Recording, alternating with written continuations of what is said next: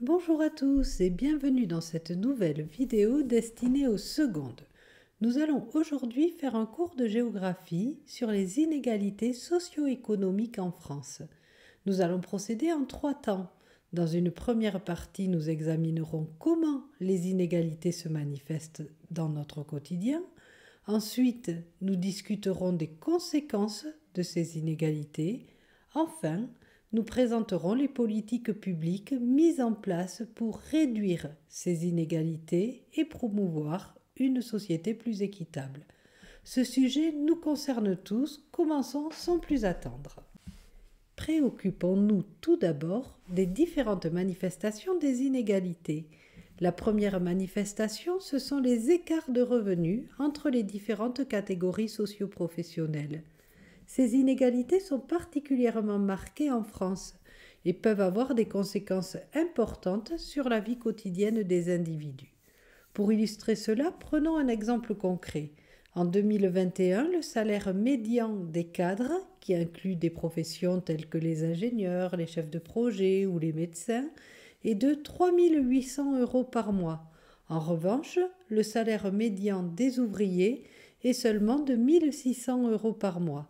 Cette différence de 2 200 € par mois est bien plus qu'une simple statistique.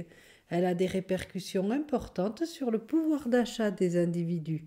Les conditions de vie peuvent varier considérablement en fonction de la catégorie socio-professionnelle.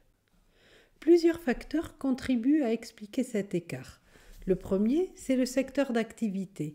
Par exemple, les professions dans les secteurs de la finance, de la technologie ou de la santé tendent à être mieux rémunérées par rapport à celles, par exemple, du secteur agricole. Un autre facteur est le niveau d'études. En général, plus une personne atteint un niveau d'études élevé, plus elle a de chances d'accéder à des postes bien rémunérés. Par exemple, un diplômé d'une grande école aura davantage d'opportunités de carrière avec un meilleur salaire qu'un individu sans diplôme. L'ancienneté et l'expérience professionnelle jouent également un rôle important. Les travailleurs ayant plusieurs années d'ancienneté dans leur domaine sont souvent mieux payés. Les revenus augmentent avec le temps. Enfin, les disparités régionales contribuent également à ces inégalités. Comme vous pouvez le voir sur la petite carte, où les départements les plus foncés sont ceux où les salaires sont les plus élevés, les salaires peuvent varier considérablement d'une région à l'autre. Par exemple, les régions urbaines, comme l'Île-de-France, où le coût de la vie est plus élevé, proposent des salaires en général plus élevés que dans les zones rurales moins peuplées. Nous allons maintenant aborder une autre manifestation avec les inégalités de patrimoine. L'héritage est un facteur majeur dans la constitution du patrimoine. De nombreux biens, en particulier immobiliers, sont transmis d'une génération à l'autre, consolidant ainsi les inégalités. Les familles qui possèdent des biens immobiliers peuvent transmettre une richesse considérable à leurs descendants, leur donnant un avantage certain sur ceux qui n'ont pas eu cette opportunité. Cela contribue à la reproduction des inégalités entre les différentes classes sociales. En France, la fiscalité sur les successions peut également avoir un impact sur la répartition des patrimoines. Les droits de succession peuvent être élevés, ce qui peut dissuader certains héritiers. Parfois, ces derniers se trouvent contraints de vendre un bien hérité pour pouvoir payer les frais de succession et les impôts associés. Cela crée des situations où, malgré un héritage, certains individus se retrouvent dans l'incapacité de conserver leur patrimoine. Un autre aspect essentiel des inégalités de patrimoine est l'accès à la propriété, c'est-à-dire la capacité à acheter un bien. Les prix de l'immobilier varient considérablement selon les régions. Dans les grandes villes comme Paris ou Lyon, les prix sont bien plus élevés que dans d'autres zones, ce qui rend l'accès à la propriété extrêmement difficile pour de nombreux ménages. Cette situation crée des inégalités géographiques, où seuls les ménages avec des revenus élevés peuvent envisager d'acheter un logement dans ces métropoles, tandis que d'autres doivent se tourner vers des zones moins chères, souvent moins bien desservies. Pour pallier à cette situation, des dispositifs comme les prêts à taux zéro ont été mis en place pour aider les ménages à accéder à la propriété. Ces prêts permettent d'alléger le coût d'acquisition d'un logement, rendant le rêve d'être propriétaire plus accessible pour certains. Cependant, il est important de noter que ces aides peuvent ne pas suffire à compenser les disparités de prix et que certains foyers peuvent encore rencontrer des difficultés à se lancer dans l'achat d'un bien. Aujourd'hui, nous observons également une tendance chez de nombreux jeunes à privilégier la location plutôt que l'achat. Ce choix est souvent motivé par le besoin de flexibilité, surtout dans un contexte économique incertain. La location permet de s'adapter plus facilement et plus rapidement aux changements de situation professionnelle ou personnelle, comme un déménagement pour un emploi par exemple.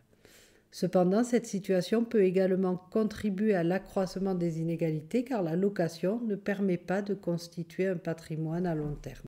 Une autre manifestation des inégalités socio-économiques réside dans l'accès aux services, en particulier dans le domaine de l'éducation. L'éducation est un facteur déterminant pour l'ascension sociale, mais elle est souvent marquée par des inégalités. Les filières sélectives, telles que les grandes écoles, comme l'école des mines représentée sur la photo, sont souvent plus accessibles aux élèves issus de milieux favorisés. Ces élèves bénéficient généralement d'un soutien scolaire adapté, de réseaux de contacts et de ressources financières pour investir dans des cours particuliers ou des préparations spécifiques. Par exemple, un élève dont les parents ont les moyens de financer des cours de soutien scolaire ou de le faire participer à des stages préparatoires a un avantage certain par rapport à un élève d'un milieu moins favorisé qui n'a pas accès à ces ressources. Par ailleurs, certaines formations privées qui peuvent offrir des diplômes très prisés sur le marché du travail sont souvent très coûteuses. Ces frais d'inscription peuvent représenter un obstacle pour les familles à faible revenu. Cela renforce donc les inégalités.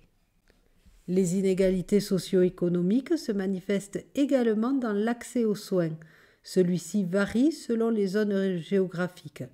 Dans les zones rurales, par exemple, il existe un véritable manque de professionnels de santé. Cette pénurie rend difficile pour les habitants de ces régions d'obtenir les soins dont ils ont besoin. En conséquence, ceux qui vivent dans des zones rurales peuvent être contraints de parcourir de longues distances pour consulter un médecin, ce qui peut entraîner des délais dans la prise en charge de leurs problèmes de santé. Par ailleurs, certaines maladies chroniques comme le diabète ou les maladies cardiovasculaires sont plus fréquentes dans les populations défavorisées. Ces maladies sont souvent aggravées par des facteurs socio-économiques tels qu'une alimentation peu équilibrée, le stress et un manque d'accès à des soins préventifs. Abordons maintenant la deuxième partie de la leçon sur les conséquences des inégalités socio-économiques. L'un des effets les plus visibles de ces inégalités est le sentiment d'injustice qui se développe au sein de la population. Lorsque les individus constatent que leur situation économique et sociale est défavorable par rapport à celle des autres, cela engendre un sentiment de frustration. Ce ressenti peut alimenter des tensions sociales, car les personnes se sentent souvent laissées pour compte et désavantagées dans leur propre société. Ce sentiment d'injustice est exacerbé par la déconnexion croissante entre les élites politiques et économiques et la population. Les décisions prises par les dirigeants peuvent sembler éloignées des réalités vécues par les citoyens ordinaires. Cette situation crée un terreau fertile pour certains partis politiques. Les leaders populistes se présentent souvent comme des alternatives aux élites traditionnelles, promettant de défendre les intérêts du peuple. En conséquence, les partis politiques extrêmes gagnent en popularité. En jouant sur le mécontentement social, ils attirent des électeurs qui se sentent délaissés et qui recherchent des solutions radicales à leurs problèmes. Poursuivons avec une autre conséquence des inégalités socio-économiques, la mobilité sociale.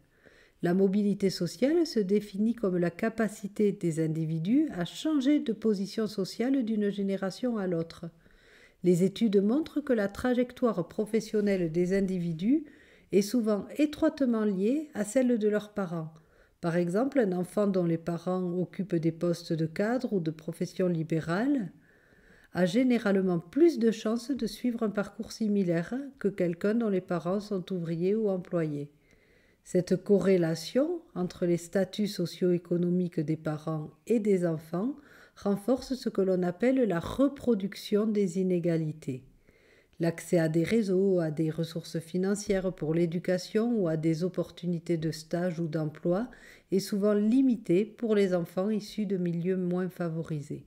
Il est très difficile pour les individus issus de milieux défavorisés de briser le cycle de la pauvreté et d'accéder à de meilleures opportunités économiques. Passons maintenant à la troisième partie de la leçon sur le rôle des politiques publiques dans la lutte contre les inégalités socio-économiques. L'un des principaux mécanismes fiscaux est l'impôt progressif. Ce système est conçu de manière à ce que l'imposition augmente en fonction du niveau de revenu. Ainsi, les ménages les plus riches contribuent davantage que les ménages à faible revenu.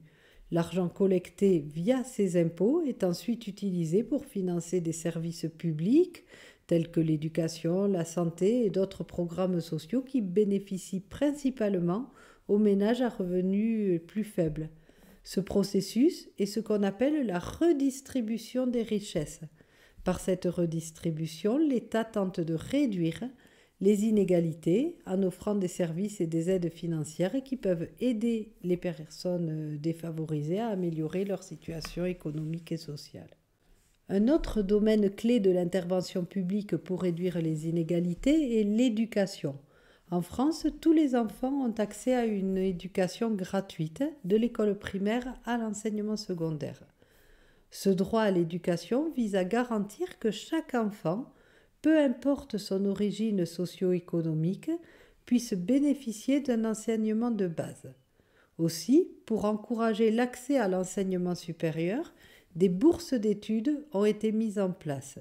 Ces bourses permettent aux étudiants issus de milieux modestes de financer leurs études supérieures, en réduisant ainsi les barrières financières qui pourraient les empêcher de poursuivre des études. Grâce à ces aides, des jeunes peuvent accéder à des diplômes qui amélioreront leurs perspectives d'emploi et leurs revenus futurs, contribuant ainsi à une meilleure mobilité sociale. Un autre domaine où les politiques publiques jouent un rôle important dans la réduction des inégalités est la santé. En France, la sécurité sociale permet de garantir que tous les citoyens, quel que soit leur statut socio-économique, aient accès à des soins de santé. Grâce à la couverture des frais médicaux, les individus peuvent consulter des médecins, se faire soigner et bénéficier de médicaments sans craindre des coûts prohibitifs. Aussi, les dépistages effectués lors des visites médicales obligatoires, que ce soit à l'école pour les enfants ou lors des visites de travail pour les adultes, sont également des mesures importantes.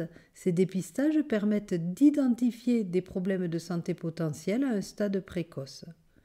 Les campagnes de vaccination, notamment contre des maladies comme la grippe, visent à prévenir la propagation des maladies infectieuses et à réduire le risque d'épidémie, garantissant ainsi une meilleure santé pour l'ensemble de la population.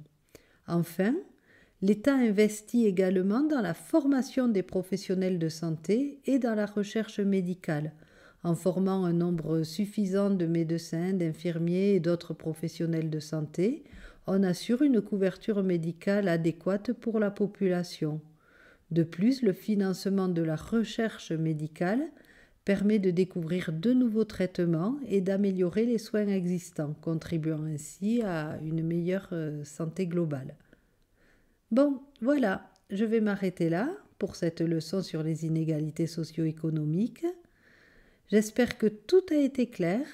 Je vous souhaite de bonnes révisions et je vous dis à bientôt.